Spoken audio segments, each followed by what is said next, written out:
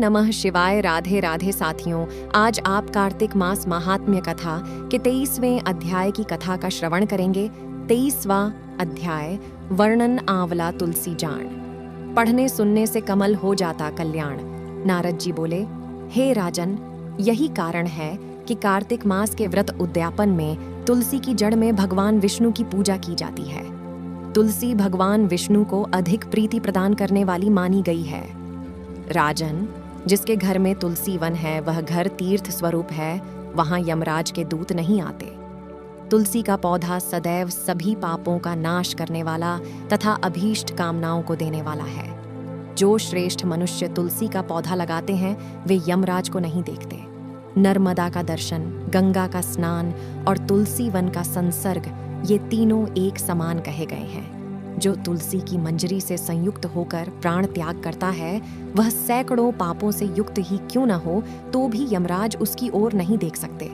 तुलसी को छूने से कामिक, वाचिक, मानसिक आदि सभी पाप नष्ट हो जाते हैं। जो मनुष्य तुलसी दल से भगवान का पूजन करते हैं वह पुण्य गर्भ में नहीं आते, अर्थात जन्म मरण के चक्कर से छूट जाते हैं। तुलसी दल में पुष्कर आदि समस्त तीर्थ, गंगा आदि नदियां और विष्णु प्रभृति सभी देवता निवास करते हैं। हे राजन, जो मनुष्य तुलसी के काष्ठ का चंदन लगाते हैं उन्हें सहज ही मुक्ति प्राप्त हो जाती है और उनके द्वारा किए गए पाप उनके शरीर को छू भी नहीं पाते। जहां तुलसी के पौधे की छाया होती है वहीं पितरों की तृप्ति के लिए श्राद्ध करना चाहिए।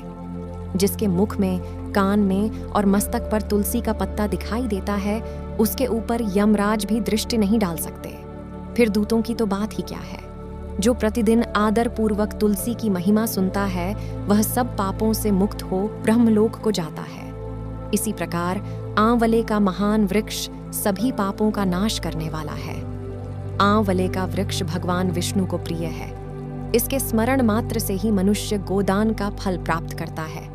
जो मनुष्य कार्तिक में आंवले के वन में भगवान विष्णु की पूजा तथा आंवले की छाया में भोजन करता है उसके भी पाप नष्ट हो जाते हैं। आंवले की छाया में मनुष्य जो भी पुण्य करता है वह कोटि गुना हो जाता है। जो मनुष्य आंवले की छाया के नीचे कार्तिक में ब्राह्मण दंपत्ति को एक बार भी भोजन देकर स्वयं भोजन करता है वह अन्न दोष से मुक्त हो जाता है। लक्ष्मी प्राप्ति की इच्छा रखने वाले मनुष्य को सदैव आंवले से स्नान करना चाहिए। नवमी, अमावस्या, सप्तमी, संक्रांति, रविवार, चंद्र ग्रहण तथा सूर्य ग्रहण के दिन आंवले से स्नान नहीं करना चाहिए। जो मनुष्य आंवले की छाया में बैठकर पिंडदान करता है उसके पितर भगवान विष्णु के प्रसाद से मोक्ष को प्राप्त होते हैं। जो मनुष्य आंवले के फल और तुलसी दल को पानी में मिलाकर स्नान करता है उसे गंगा स्नान का फल मिलता है। जो मनुष्य आंवले के पत्तों और फलों से देवताओं का पूजन करता है उसे स्वर्ण, मणि और मोतियों द्वारा पूजन का फल प्राप्त होता है।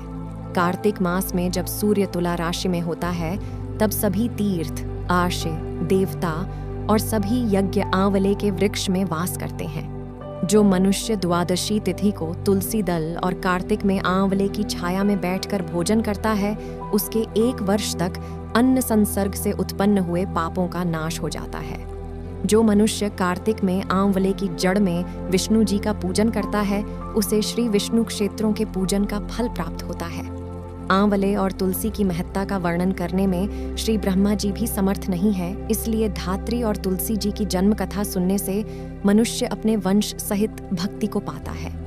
कार्तिक मास महात्म्य कथा के 23वें अध्याय का समापन होता है। साथियों, अगर आपको 23वें अध्याय की कथा पसंद आई हो तो वीडियो को लाइक कर दें और 24वें अध्याय के लिए चैनल को सब्सक्राइब कर लें। साथ ही कमेंट में राधे राधे, ओम नमः शिवाय लिखना न भूलें।